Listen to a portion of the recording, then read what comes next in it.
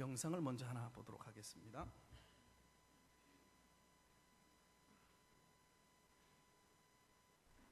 아빠.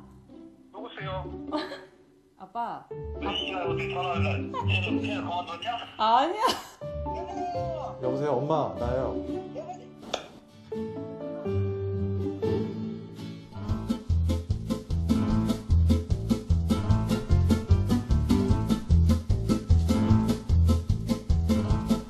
어떡하지? 아 진짜 기억이 잘 안 나. 아 지금요? 진짜요? 아 정말요? 아 잠깐만. 아 저희 아빠 진짜 못해 좋아하시는 분. 여보세요? 아빠. 내가 아빠한테 어떤 딸인지 아빠가 얘기를 하라고. 아, 나? 지금? 지금. 어떤 아들인지 물어봐도 되나? 그래, 물어보면 되지. 아, 말 안 듣고 나쁜 애라 해야지. 시집도 안 가는데. 사랑스러운 딸이지. 착하고. 왜? 왜요? 그냥 궁금해서. 희망이고 기쁨이지. 아빠가 너무 미안한 거가 제일 많지. 아빠가 마음속으로는 해주고 싶은 게 많은데 그런 거를 못 해줘가지고 마음이 미어지지. 내비너도 제대로 못하는 것 같아. 마음이 너무 아파. 엄청 사랑해 우리 딸. 아빠한테는 자랑거리거든. 난 항상 널 사랑하고 널 믿고 너는 할 수 있어. 자주 하시는 말씀이신데, 나는 어떻게 돼도 좋다. 우리 새끼들이 좋으면은 그게 나한테 제일 좋은 거다. 저기 카톡에 엄마 소리만 들어도 가슴이 설레이고 있잖아, 그지? 내 전부를 줘도 아깝지 않는 우리 아들이야. 세상에 있잖아, 그지? 하고도 안 바꿔주는 거야. 뭐 하고 바꿔도 안 바꿔줘.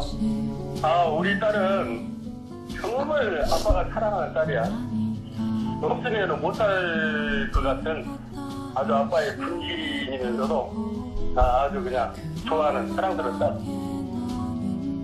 엄마가 이 세상에 왔다 간 이유가 우리 아들하고 딸 만난 게 이유. 그거 말고는 엄마가 이 세상에 왔다 간 이유가 별로 없어. 힘들 때 제일 의지할 수 있는 그런 존재. 이번 기회를 통해서 내가 엄마 아빠한테 얼마나 잘 하지 못했는지. 그래, 나야 항상 네 염려도 그래 담고 하잖아. 그렇지만 네로 걱정이지. 아버지는 항상 너들이 걱정이다. 사랑해, 항상 사랑해. 나는 우리 애들 내 보물이야. 너무너무 고마워. 니네들이 내 보물이야.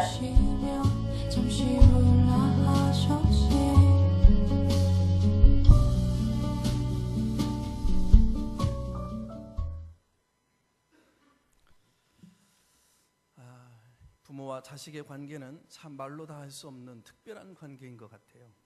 그래서 예수님도 악한 자라도 자식에겐 좋은 것을 줄 안다라고 말씀하셨죠. 정말 예수님의 말씀처럼 아무리 악한 자라 할지라도 자기 자식에게는 좋은 것 주기를 원하고 잘 되기를 원합니다. 자녀들을 향한 희생과 헌신을 보면 참 눈물이 날 만큼 애처롭고 가엾습니다. 자식을 위해서 온갖 희생을 아끼지 아니하시는 우리 부모님들의 희생을 보게 되어지면 참 자식이 뭐길래 이런 생각이 들어요. 자녀의 교육을 위해서 기러기 엄마 아빠로 헤어져 살아가는 이 부모님들 마음이 어떨까요? 자녀가 수험생이 되어지면 온 집안 식구들이 수험생이 되어져서 참 긴장감 속에서 살아갑니다. 저희 교회가 상가에 있을 때 어떤 전도하다가 만난 한 분이 계시는데요, 교회를 다니느냐고 물었더니 자신은 요즘 절에 새벽에 예불을 드리러 간다고 말하더라고요. 자기 딸이 고3인데 이 아버지가 해줄 수 있는 게 아무것도 없더래요. 그래서 열심히 절에 가서 새벽에 예불을 드리고 온다는 거예요. 근데 사람들이 얼마나 많은지 한 2만여 명이 된다고 그러는데, 그래서 자기는 새벽 2시에 간대요. 생각해 보십시오. 아버지 직장 생활 참 피곤하죠. 늦게 와서 그것도 저녁 먹고 늦은 시간에 퇴근했는데 잠을 약간 자고 새벽 2시에 나가서 딸을 위해서 새벽 예불을 드리는 겁니다.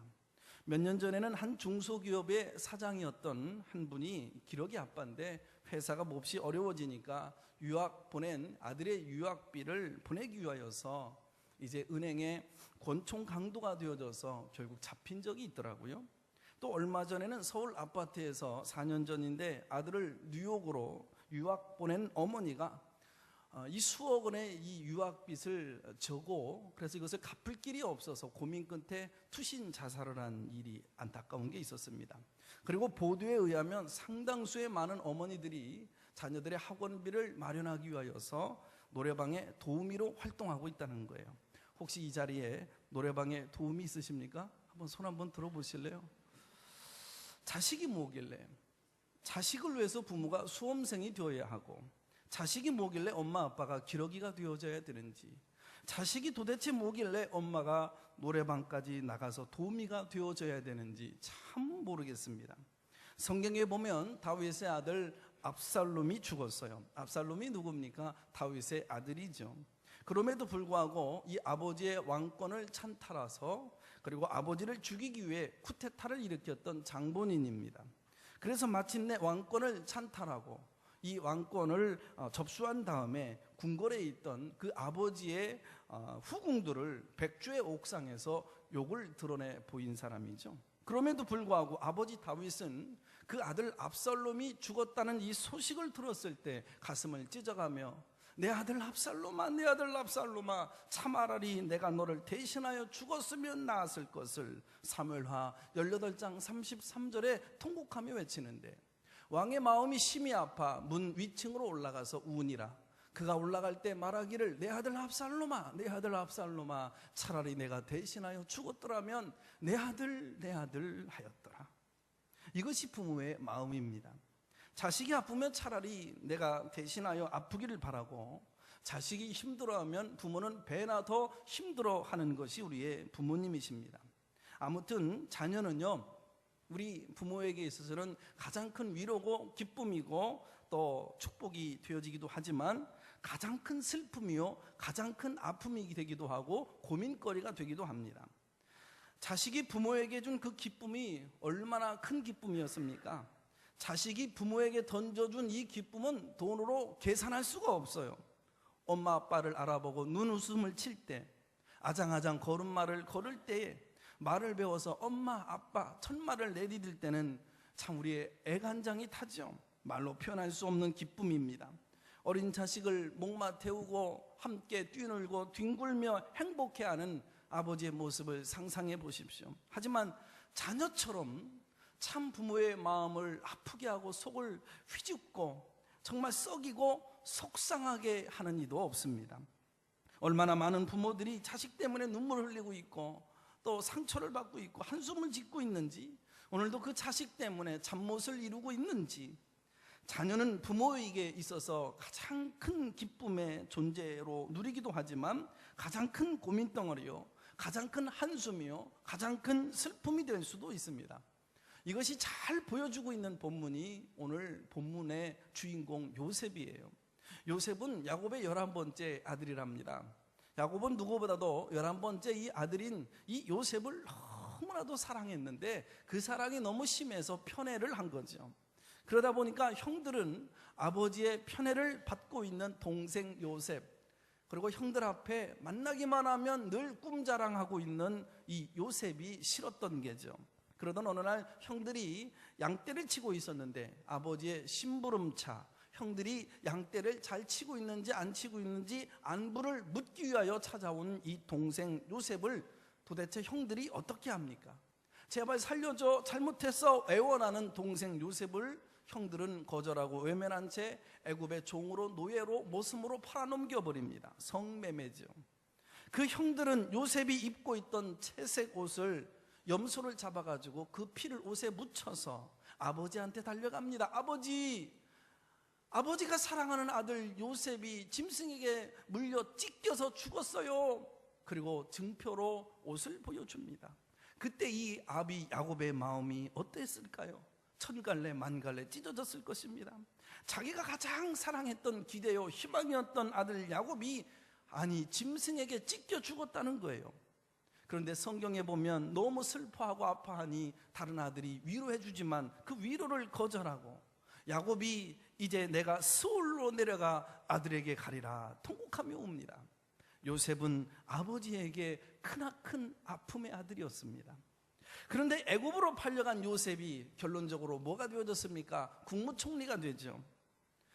애굽의 국무총리 제2인자가 되어졌습니다. 그리고 흉년이 들어서 곡식을 살아온 요셉의 형들을 요셉이가 만나게 되어집니다. 형들은 자기를 애굽으로 팔아버린 동생이 애굽의 국무총리가 되어져서 떡하니 자신 앞에 나타나졌을 때 얼마나 두렵고 놀라웠을까요? 그리고 그들은 돌아가서 이 사실을 살아계신 아버지한테 전했습니다. 아버지가 그토록 사랑했던 가슴에 늘 담고 있었던 그 요셉이 죽은 것이 아니라 살았습니다. 애굽의 국무총리가 되어졌습니다.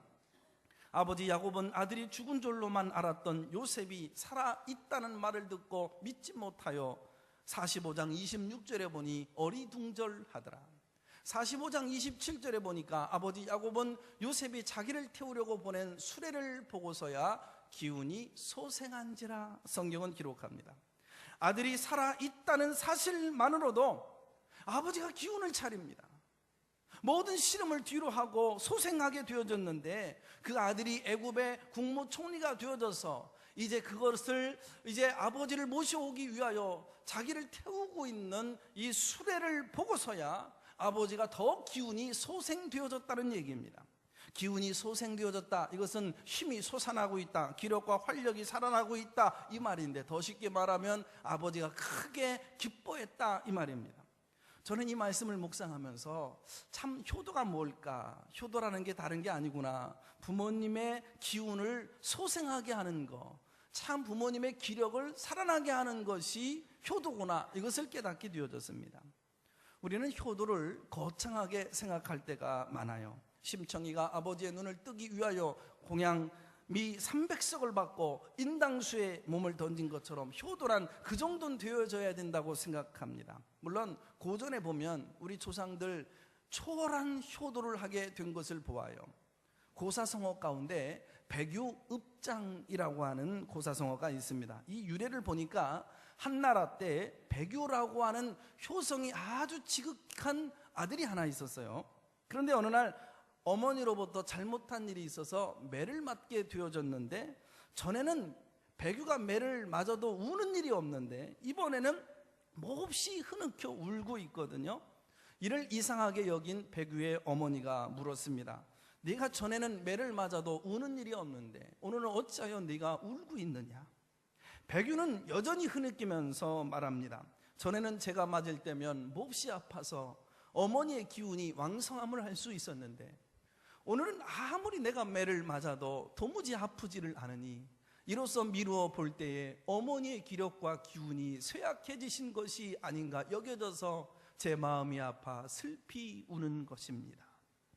종아리를 맞으면서도 어머니가 늙어서 기운이 없어서 약해진 것으로 인하여 너무 마음이 아파 울었다는 얘기입니다. 여러분, 요즘 이런 자식이 있습니까? 요즘에는 아마도 부모가 욱박지른다든지 또 휘추를 들고 때리려고 하면 가지고 있는 핸드폰으로 당장 경찰서에 신고를 해버릴 거예요. 인터넷 카페를 보니까 어떤 카페에 이런 글이 올렸어요. 나는 24살에 나의 아버지라고 하는 존재와 인연을 끊었습니다 라는 내용입니다. 그리고 그 긴 내용들을 달아 놓았는데 요점을 정리해 보니까 이런 내용이에요. 아버지가 어머니에 대한 폭력을 행사한 것, 아버지에 대한 무능력, 아버지가 바람을 피워 스트레스를 받게 하여 어머니가 일찍 세상을 떠나게 한 그 아버지이기 때문에 나는 24살에 아버지와 인연을 끊었다는 겁니다. 그런데 거기에 많은 댓글들이 올라왔어요. 댓글들을 보니까 전부 다 과격한 글들이에요. 너 왜 그런 집에서 사니? 당장 뛰쳐나와. 그런데 한 사람이 이런 글을 올렸어요. 이해가 안 되네요. 격투기를 배우세요. 아버지를 개패듯 두들겨 패서 코뼈를 부러뜨리든지 업어치게 하든지. 원래 정신병자는 몽둥이가 약이거든요. 물리적으로 제압을 해야 합니다. 세상이 이렇게 되어버리고 만 거예요. 중앙청 뒤쪽에 효자동이 있습니다. 효자동이라고 불려진 그 유래가 있더라고요. 어느 집에 시아버지의 실수로 이불 밑에 어린아이가 깔려 죽은 겁니다. 이런 사실을 시아버지가 알면 마음이 아프고 속상해 평생을 죄책감 속에 살까봐 며느리가 얼른 죽은 아이를 안고 남편에게 달려갔습니다. 그랬더니 남편은 이 죽은 아들을 보고 이놈 불효자식이구나, 어찌 할아버지의 마음을 아프게 하는고, 그리고 손을 들어 냅다 이 아이기에 죽은 아기의 뺨을 내리쳤던 거예요. 죽은 아들이 뺨을 맞고 깜짝 놀라서 아파서 깨어났다는 거 아닙니까? 그래서 이 소문이 퍼져서 그 동네가 효자동이다 이렇게 불려지게 됐더라는 거예요. 옛날에는 효부, 효자라는 말을 들으려면 이 정도는 되어야만 했습니다. 그런데 여러분, 효도라는 게 이런 것이라면 감히 누가 효도하겠다고, 누가 효도를 할 수 있다고 여러분 마음을 먹을 수 있을까요? 효도란 이런 거창한 것만을 말하지 않습니다. 공양미 300석에 자신의 몸을 인당수에 던져버리고 종아리를 맞으면서도 어머니의 기운이 없어서 기력이 쇠하여 내가 매를 맞아도 우는 것만이 아니라, 진정한 효도는 부모님의 마음을 시원하게 하고 부모님의 기운을 솟생케 하는 것이 진정한 효인 줄로 믿습니다. 우리의 부모들은요, 부모님의 은혜를 잊지 아니하는 단 한마디의 말에도 그렇게 흐뭇해하시고 기뻐하신다고 그러네요. 예를 들면, 낳아주셔서 감사합니다. 저는 아버지를 존경합니다. 어머니가 만들어준 음식이 이 세상에서 제일 맛있습니다. 물론 빈말인데, 그런데도 이 한마디의 말에 부모님들이 모든 실험을 다 던져버리고 기운을 얻고 자식 낳아 살아간 그 인생을 후회하지 아니하며 부모의 보람을 갖게 되어진대요. 언젠가 뉴스를 보니까 요미우리 자이언츠에서 활약하고 있는 국민선수 이승엽, 지금은 좀 괜찮을지 모르지만 옛날에는 소갈이 좀 했거든요. 어버이날에 아버지에게 전화해서 이런 말을 했대요. 늘 사랑합니다. 그러니까 묵묵한 이런 경상도 아버지가 한 말인데, 나도 너가 있어서 고맙다. 정말 아무것도 아닌 말인데, 작은 표현인데, 이런 작은 감사를 표현하고 사랑을 표현할 때 부모님들은 힘을 얻는다는 거예요. 참고로 요즘 우리 어머니들이요, 외모적인 칭찬을 굉장히 기뻐하신대요. 우리나라 통계는 아니고 일본에서 1000명 이상의 어머니들에게 자식들에게 어떤 말을 들을 때 가장 행복하냐고, 듣고 싶은 말이 뭐냐고 설문조사를 했더니 1위가 뭐냐면, 엄마 젊어 보여요. 2위는 감사합니다. 3위는 아름다워 보여요. 예뻐 보여요. 물론 빈말이에요. 꼬부랑 할머니 할아버지, 70, 80대는 할머니 할아버지가 이뻐봐야 얼마나 이쁘겠어요. 그런데 여러분, 빈말이지만 우리가 어머니를 향해 이렇게 말해보세요. 엄마 10년은 젊어 보여. 우리 옆에 분하고 인사해 보십시다. 10년은 젊어 보이는데요, 인상 쓰지 말고요. 어머니는 빈말이라는 말을 알지만 그 한마디에도 기분이 좋고 엔돌핀이 돌고 힘을 얻는다는 거예요. 효도는 별거 아니잖아요. 돈으로만 할 수 있는 거 아니잖아요. 부모님의 은혜를 잊지 않는 그 한마디의 말이 부모님이 힘을 얻어요. 약점이 있음에도 불구하고 부모의 권위를 인정해 드리고, 부모가 여전히 허물이 드러나고 있음에도 불구하고 자랑스럽게 생각하면 부모님이 자식 때문에 고마워하고 여러분 힘을 얻게 되어집니다. 자, 그러면 오늘 요셉의 효를 살펴보면서 진정한 효가 무엇인지, 어떻게 효를 할 때 부모님이 나 때문에 행복해하고 기뻐하고 기운과 기력을 되찾으실 수 있을런지, 남은 인생 얼마나 사실지 모르지만 내 가슴으로부터 나오는 이 효를 해야 할 부분이 무엇인지를 오늘 본문은 제시해 줍니다. 첫째로 따라서 해보겠습니다. 부모님을 가까이 모시자. 요셉은 형들을 만났을 때 아버지가 생존에 계시냐라고 물었습니다. 요셉이 형들로부터 아버지가 살아계시다 이 소식을 들었을 때 얼마나 기뻤을까요? 자기 나이 39 중년, 자기도 장가를 갔는데 이제 아들 둘, 그래서 아버지가 되어져 자식을 기르고 있는 형편, 그런데도 자신이 아비가 되어졌지만 그 아버지에 대한 그리움이 사라지질 않았어요. 여러분 나이가 든다고 해서 장가가고 성인이 되어지고 자식 여러 거느리고 손주 손녀도 보았지만 부모님에 대한 그리움은 세월이 가도 사그러들지가 않습니다. 요셉, 아버지를 떠난 지 22년이란 세월이 흘렀지만 요셉은 단 한 날도 아버지를 잊어버린 적이 없었어요. 그런 요셉이 형들로부터 아버지가 생존해 계시다 이 소식을 들었을 때 가슴이 너무나도 벅찼고 설레었던 거죠. 그래서 하루라도 빨리 아버지를 만나고 싶었고 아버지를 가까이 모시고 싶었어요. 그래서 오늘 창세기 45장 9절로 10절 형들에게 요셉이 말합니다. 하나님이 나를 애굽 전국의 주로 세웠으니 지체 말고 내게로 내려오사 아버지의 아들들과 아버지의 손자들과 아버지의 양과 소와 모든 소유가 고센 땅에 머물며 나와 가깝게 하소서. 나와 가깝게 하소서. 효도가 뭘까요? 부모와 가깝게 있는 것이 효도라는 거예요. 멀어지고 있는 것은 효도가 아니라는 겁니다. 물론 모시고 살아도 하루 세 끼 여러분 밥을 해드리고 이불 빨래해드리고 잠자리 편하게 제공한다고 하더라도 가깝게 살아도 마음으로는 부모와 멀리 떨어져 사는 자식들이 얼마나 많이 있는지 몰라요. 중요한 건 마음이라는 거예요. 우리의 부모 모시고 싶어도 너무 멀리 떨어져서 환경적으로 모실 수 없는 상황에 있다고 할지라도 중요한 건 마음입니다. 부모가 함께 살아도 부모와 멀리 떨어져 사는 자식도 있고 부모와 멀리 떨어져 살고 있음에도 불구하고 늘 부모를 마음에 두고 여러분 늘 가까이 모시고 사는 자식이 있다는 얘기겠죠. 마음이 중요합니다. 요셉은 고센 땅에 머물면서 아버지 나와 가깝게 하소서, 아버지를 가까이 곁에서 두고 모시고 싶었던 겁니다. 아버지를 가깝게 모시고 싶어하는 마음이 효도라는 거예요.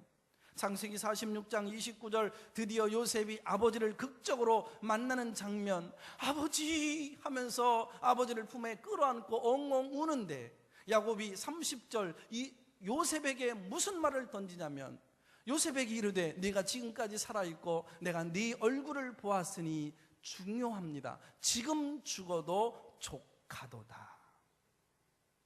이제 죽어도 여한이 없다는 거예요. 다시 말하면 내가 지금 죽어도 지금의 현재의 그 기쁨을 빼앗아가지 못한다는 말입니다. 이것이 부모의 기쁨이에요. 진정한 효도란 자식 때문에 자식을 바라보며 너무 흐뭇하고 너무 기뻐서 내가 이제 죽어도 여한이 없다, 내가 이제 죽어도 족하다, 이런 마음을 들게 하는 것이 효도라는 거예요. 이 행복이 바로 부모의 행복입니다. 이것이 자식을 향한 부모의 마음입니다. 그런데 우리는 부모의 마음을 잘 헤아리지 못할 때가 얼마나 자주 있는지 몰라요. 한간에 돌아다니는 말 가운데 이런 말들이 있어요. 어떤 시어머니가 좋은 시어머니일까라는 글인데 1등의 시어머니는 김치를 담가와서 경비실에 맡기고 가시는 시어머니는 1등 시어머니래요. 2등 시어머니는 김치를 담가왔어요. 그리고 직접 배달해 주는 시어머니래요. 근데 3등 시어머니는 김치를 담갔는데 꼭 전화해서 갖다 먹어라, 얄밉게 부담스럽게 말씀하시는 시어머니래요. 그런데 이게 현대 버전은 옛날 버전하고 다르대네요. 요새는 이제 김치도 사서 먹잖아요. 그래서 이제는 특등 시어머니가 나타났어요. 그게 뭐냐면 아무도 없을 때 와야 돼요. 아무도 없을 때 집에 와서 신발장에다가 김치 놓고 거기다가 돈 봉투 놓고 가는 어머니는 특등 시어머니래요. 진정한 효도 자녀는 부모의 얼굴을 자주 찾아뵈는 것입니다. 할 수만 있으면 저와 여러분은 자주 찾아뵈야 돼요. 우리가 물질이나 귀한 선물 드리는 것도 중요하지만 부모님 얼굴이 상하지는 않았는지, 헬섬해지지는 않았는지, 아프지는 않는지, 힘들어하는 건 없는지 부모님의 얼굴을 자주 찾아뵙는 것, 함께 모시고 사는 것이 가장 큰 효도라고 가르쳐 줍니다. 부모님들에겐 자녀들이나 손자들의 모습을 자주 보는 것이 그게 낙이래요. 그게 가장 큰 기쁨이기 때문에 그래요. 그래서 할 수만 있으면 부모가 거동할 수 있더라면 공원도 산책도 같이 하고 영화도 같이 보고 만난 음식도 같이 먹고 나누고 예배도 함께 드리러 나올 수 있어야 됩니다. 여러분, 또한 우리 부모님들도 잘 들으셔야 돼요. 우리 부모님을 모시고 사는 자식들이 있죠. 그 아들과 며느리를 어느 자식보다도 가장 귀하게 여길 줄도 알아야 돼요. 떨어져서 사는 자녀들이 있잖아요. 꼭 보면 명절 때, 생신 때, 아주 특별할 때, 아주 그때만 오랜만에 나타나요. 생생 나타나요. 내려고. 그러면 얼마나 또 반가워요. 또 올 때마다 용돈 드리지, 선물 사오지, 맛난 음식 대접하지. 그러니 더 정이 가고 사랑스럽죠. 반면에 같이 사는 자녀는 오랫동안 같이 있다 보니 섭섭할 때가 있거든요. 부딪힐 때가 있거든요. 여러분, 그것이 맺힐 때가 있는 거거든요. 여러분, 그래서 같이 있는 자식이나 며느리보다 오랜만에 만나는 그 자식을 더 좋아하고 그리고 더 귀하게 여길 때가 있습니다. 왜냐하면 그들과는 부딪힌 일이 없어요. 맺힌 게 없어요. 섭섭한 게 없어요. 와서 선물 주지, 용돈 주지, 맛난 음식 주지, 어머니 하면서. 그러나 항상 가까이에서 함께하는 자녀들의 효도를 더 귀하게 여길 줄 알아야 됩니다. 그들의 행동을 더 귀하게 여기고 사랑하게 되어질 때 더 큰 효도의 손길을 받게 될 것이고, 가정이 화목하고 행복한 평안의 축복이 우리 가정에 깃들게 되어질 줄로 믿습니다. 두 번째로는 따라서 해보십시다. 내가 잘 되는 것이다. 야곱은 아들이 살아있다는 그 소식만을 듣고도요, 막 기운이 일어나는 거예요. 막 힘이 솟습니다. 살아있는 아들이 애굽의 국무총리가 되어져서 이제 아버지를 모시기 위하여서 이제 그 수레를 보냈는데, 그 수레를 보고 나서야 자기가 소생되어지고, 이것뿐만 아니라 애굽의 국무총리가 된 것뿐만 아니라 내 아들 요셉이 전 지역의 온 그 세계 땅의 전역에 흉년이 들고 기근이 들어서 먹고 살기 힘들어 죽어가는 이 마당에 애굽의 사람들과 주변 사람들과 모든 그 기근을 해결해주는 축복의 통로가 된 것입니다. 아버지의 이름을 빛냅니다. 가문을 빛냅니다. 이스라엘 민족을 살려냅니다. 그 아버지의 아픔을 위로해 드리고 있기 때문에 최고의 효도를 하고 있는 거예요. 영국의 정치가요, 저술가였던 벤 플로어는 이렇게 말합니다. 그대의 원수에게는 용서를, 그대의 적대자에게는 관용을, 그대의 친구에게는 자신의 마음을, 그대의 아들들에게는 모범을, 그대의 아버지에게는 효도를, 그대의 어머니에게는 그대의 자랑할 일을 행하라. 이것이 가장 좋은 선물이다. 부모는요, 자식이 자신의 생명의 연장이라고 생각해요. 그래서 이렇게 생각하고 있기 때문에 자식이 잘 되어지는 것을 시기하고 질투하는 부모는 없습니다. 오히려 자식이 잘 되고 성공하면 자신의 일보다도 더 기뻐하고 자랑스러워하는 것이 부모의 마음이에요. 자식이 하나님을 잘 섬기고 의로운 일을 행하고 선한 행실 가운데 많은 사람들에게 칭찬과 칭송을 받게 되어지면 이것이 아버지의 면류관이 되는 것입니다. 그래서 자식이 축복의 통로로 쓰임받고 영향력 있는 사람으로 쓰임을 받으면 이 부모는 이보다 더 큰 기쁨과 위로는 없는 거지요. 성도 여러분, 우리 부모님들은 자식을 자랑하기를 원하셔요. 팔벌출이라는 말을 들어도 친구들, 사람들 만나면 침이 마르도록 내 자식 자꾸 자랑하고 싶어하는 것, 이것이 부모의 마음이에요. 그래서 부모님들은 훌륭한 아들 두셨습니다, 훌륭한 자녀를 두셨습니다, 이런 말을 듣고 싶어 하는 거예요. 우리 부모님들을 기쁘게 하는 최상의 효도가 뭡니까? 내가 잘 되는 것인 줄로 믿습니다. 성실하게 사십시다. 여러분, 믿음으로 살아가십시다. 내가 건강하게 그리고 행복하게 살아야 됩니다. 요셉처럼 자랑스러운 자식이 되어야 합니다. 요셉처럼 축복의 통로가 되어야 합니다. 이 시대에 선한 영향력을 드러내야 됩니다. 신앙생활 잘하셔서 하나님의 은혜로와 여러분 축복 받으셔서 내가 잘되고 성공하여 여러분 하나님께 영광 돌릴 뿐만 아니라 부모를 기쁘시게 하는 여러분 될 수 있기를 바랍니다. 자, 세 번째로는 따라 볼까요? 형제와 화목하게 지내자. 요셉이요, 형들을 만났어요. 근데 형들이 자기에게 무슨 짓을 했습니까?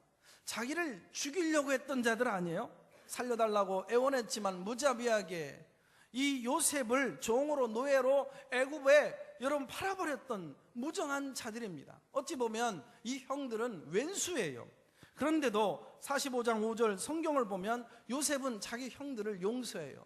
당신들이 나를 이곳에 팔았다고 해서 근심하지 마시고 한탄하지 마소서. 하나님이 생명을 구원하시려고 나를 당신들보다 먼저 보내셨나이다. 요셉은 하나님의 섭리를 믿었어요. 형들이 나를 애굽에 팔았죠. 그런데 그 덕분에 내가 애굽의 국무총리가 된 거예요. 형들은 내 인생의 은인이에요. 내가 형님들의 자식을 내가 다 거두고 돌보겠습니다. 형들을 끌어안고 막 울어요. 끝까지 용납해요. 끝까지 용서해요. 끝까지 가정 안에 화목을 지키고 화평을 이루려고 애를 쓰고 있잖아요. 가족 여러분, 이런 형제 간에 우애 있게 지내는 모습을 보면 누가 가장 마음이 흐뭇해 하실까요? 부모님이시죠. 야곱입니다. 이것이 효도예요. 여러분 집에 돌아가셔서 부모님에게 물어보십시오. 부모님이 우리에게 가장 바라고 원하시는 것이 무엇인지. 아마도 틀림없이 형제 자매 간에 싸우지 말고 화목하게 지내라, 이걸 겁니다. 아버지 야곱이 아들을 잘 둬가지고 아무리 좋은 집에 대궐 같은 궁궐 같은 여러분 그런 좋은 호화로운 판에 집에 들어가서 맛난 음식 먹고 산다 할지라도 형제들 간에 늘 우애하지 못하고 싸우고 다투고, 생각해 보십시오. 만약에 요셉이 형들을 가만 안 놔둔다고 자신의 힘과 권위로 보복을 해서 칼부림이라도 나와보십시오. 그 아버지 인생이 얼마나 초라하고 마지막 인생이 얼마나 한과 상처로 인생을 마무리 지었을까요? 부모에게 효도하는 것은 형제에게 화목하게 우애 있게 지내는 것인 줄로 믿습니다. 부부가 서로 사랑하여 화평을 이루고 형제 자매 간에 화목을 이루는 삶을 살면 이게요 하나님께도 영광이 되고 형제 부모에게도 이것이 여러분 큰 효도가 되는 것이죠. 이제 형제 자매 간에 우리 아들 내외 간에 우리 가정을 화목의 화평의 가정으로 만들어서 하나님을 기쁘시게 하는 진정한 효를 이룰 수 있기를 바랍니다. 어느 가정에 아버지의 칠순 잔치가 있었어요. 그런데 이게 잔치가 끝났습니다. 축하금을 들어온 것을 가지고 자식들끼리 싸움이 난 거예요. 아니, 아버지 칠순 잔치, 그래서 축하금이 들어왔으면 아버지 노년에 그래도 음식 맛난 것이라도 사서 드시고 좀 보탬이 되기 위하여서 그거 드리면 안 되는 겁니까? 그런데 그것을 가지고 형제들끼리 나누다 보니까 내 손님이 더 많이 왔으니 내가 더 축의금 가져가야 된다고, 아니라고 내가 더 가져가야 된다, 이것을 가지고 옥신각신 싸우고 큰 소리 치고 멱살 잡고, 이걸 바라보는 부모의 마음이 어땠을까요? 차라리 칠순잔치 안 하고 자식들 화목하게 화평하게 사는 게 낫지, 저놈의 칠순잔치에서 자식들끼리 싸우고 눈부리고 저렇게 멱살 잡고 싸우는 모습을 그 애비가 그 모습을 보면서 마음이 어땠을까요? 불효도 이만저만한 불효가 아닙니다. 어떤 가정은 부모님이 막 돌아가셨어요. 장례식을 치르기도 전인데 유산 문제를 가지고 자식들이 지금 칼부림이 났어요. 형제간은 피를 나눈 사이잖아요. 옛말에 5 손가락 깨물어서 아프지 않은 손가락 없다 했습니다. 부모님 모실 때 잘나고 못난 자식 없어요. 다 소중하고 똑같은 사랑스러운 자식이에요. 그 부모 앞에서 자식들이 어떤 이유든지 싸워서는 안 된다고 말씀하시는 것입니다. 재산 때문에 다투는 자녀들의 기사가 신문에 가끔 나는 것을 보아요. 그때 그 부모의 심정 어떨까요? 형제간은 화목해야 됩니다. 형제간은 잘 지내야 돼요. 특별히 장남을 중심으로 해서 장남이 그 노릇을 못하면 차남이든 막나든 화목하게 지내야 됩니다. 성도 여러분, 형제간에 화목하고 우애 있게 사는 것이 부모에게 효도하는 것인 줄로 믿습니다. 가진 것 없어도, 우리 가정 특별히 드러나는 것 없어도 형제간에 화목하고 서로 사랑하면 부모님이 살아온 인생 후회하지 않아요. 행복하게 편안하게 마무리를 인생을 할 수가 있어요. 그러나 우애 있게 화목하게 지내고 싶어도 이게 쉬운 일이 아니에요. 얼마나 힘든 일인지 몰라요. 그렇지만 부모님을 위해서라도, 부모님이 얼마나 사시겠어요. 또 지금 나를 바라보고 있는 자식들을 생각해서라도 여러분 한 발 물러서십시다. 그거 욕심 부리지 말고 양보하고 형제간에 서로 희생해서 차라리 내가 손을 놓으십시오. 그리고 화목을 취하십시오. 끝으로 4번째입니다. 부모를 자랑스러워하는 자녀가 되어야 합니다. 요셉은 아버지를 자랑스럽게 여기는 아들이었습니다. 아시다시피 야곱의 직업은 양과 소를 키우는 목축업이었어요. 그런데 애굽 사람들은 뭐였을까요? 농경 문화가 이미 정착되어져 있어요. 그래서 양이나 끌고 소를 끌고 다니며 이리저리 그저 천한 그런 직업을 가진 이 목축업자인 이런 사람들은 천민으로 여겼어요. 그런데 요셉은 애굽의 총리입니다. 요셉이 자기 민족의 목축업을 왜 모르겠어요? 그럼에도 불구하고 요셉은 아버지 야곱을 자랑스럽게 여기고 목축업자인 아버지를 바로 왕에게 당당하게 소개하고 아버지와 형제들의 그 직업도 자랑스럽게 당당하게 소개합니다. 생각해 보십시오. 총리 요셉의 아버지가 천민들이나 하고 있는 직업, 양과 소를 끌고 다니는 목축이라면 애굽 사람들이 얼마나 비웃었을까요? 어쩌면 총리로서의 권위에도 금이 가는 치명적 사안이 될 수 있는 일입니다. 그런데 그럼에도 자기의 출신과 부모와 그리고 형들의 직업을 전혀 부끄럽게 여기지 아니하고 당당하게 자랑합니다. 여러분, 이것이 요셉이 가진 장점이에요. 복받을 수밖에 없었던 비결이에요. 누가 효자일까요? 자기 부모를 자랑스럽게 여기는 자식이 효자인 줄로 믿습니다. 부모가 잘났던 못났던, 배웠던 못 배웠던, 여러분 세련들었던 아니면 촌스럽던, 지저분하고 냄새가 나던 날 낳아주시고 여러분 나를 길러주신, 내게 있어서 특별한 생명을 내게 보내주신 그런 자랑스러운 존재이잖아요. 다른 사람들이 우리 부모를 손가락질하고 비웃고 뭐라고 말한지는 몰라도 적어도 자식인 나만큼은 우리 부모님을 자랑스럽게 여기고 여러분 존경스럽게 여겨야 될 부모님이 바로 부모님이어야 됩니다. 그런데 그 중에는 못났다고, 못 배웠다고, 촌스럽다고 부모를 부끄러워하는 사람들이 있습니다. 말이 통하지 않는다고, 잔소리만 해댄다고 부모와 함께하는 것을 싫어합니다. 부모가 내 곁에 있으면 짐이 된다고 부모를 귀찮게 여기는 사람이 있습니다. 아들을 유학까지 보내느라 재산 다 팔고 안 해본 일 없이 고생고생해 오신 그 어머니가 할머니가 되어졌습니다. 이제 아들이 좋은 집을 장만해서 집들이를 한다고 해서 이 어머니가 서울로 올라왔습니다. 회사에서 상사와 동료들이 이제 오기로 한 날이었는데 아들이 먼저 퇴근해서 집에 들어와 보니까 어머니가 글쎄 집에 와 계신 겁니다. 그러자 어머니를 애들 방으로 얼른 들여보내면서 어머니 절대 나오지 마세요. 나오시면 안 됩니다. 그 어머니가 몸이 안 좋아 감기가 들어서 콜록콜록 기침을 하고 있는데 그 소리가 거실 밖으로 들려질까 봐 이불을 뒤집어 쓰고 그 속에서 집들이가 끝날 때까지 울면서 견뎌냈다는 겁니다. 내 체면이 뭐길래, 내 위신이 도대체 뭐길래 부모를 부끄럽게 여기는 사람 하나님이 지지해 주시도 않고 여러분 절대 축복을 받을 수 없습니다. 나를 떳떳하게 하시려고 스스로 초라해지신 그 부모님을 저버리고 있는 자식입니까? 부모를 공경하는 자를 향하여 에베소서 6장 하나님은 약속하십니다. 자녀들아 너희 부모를 주 안에서 순종하라. 이것이 옳으니라. 내 아버지와 어머니를 공경하라. 이것이 약속이 있는 첫 계명이니 이는 내가 잘되고 땅에서 장수하리라. 내가 잘된다. 성경은 우리에게 분명한 약속을 주신 것입니다. 부모님을 자랑스럽게 여기는 자식을 하나님은 자랑스러운 아들이 되게 해주실 줄로 믿습니다. 후대의 후손이, 자식이 또한 역시 부모를 자랑스럽게 여기게 될 것입니다. 요셉이 어떻게 큰 영예와 명예, 축복을 누리게 된 것은 애굽이 싫어하는 직업을 가진 아버지 야곱을 전혀 부끄럽게 여기지 않았다는 것, 오히려 자랑스럽게 여겼기 때문이라고 성경 기자는 얘기하고 있는 거예요. 미국은 건국 300년도 안 되는 나라입니다. 그런데도 그 짧은 기간 안에 세계 최고의 강대국이 되었었던 그 원인은 하나님을 잘 섬겼기 때문이요, 또 하나는 어버이 공경에 대한 지도자들의 바른 그 자세 때문에 국가적인 복을 받을 수 있게 된 거예요.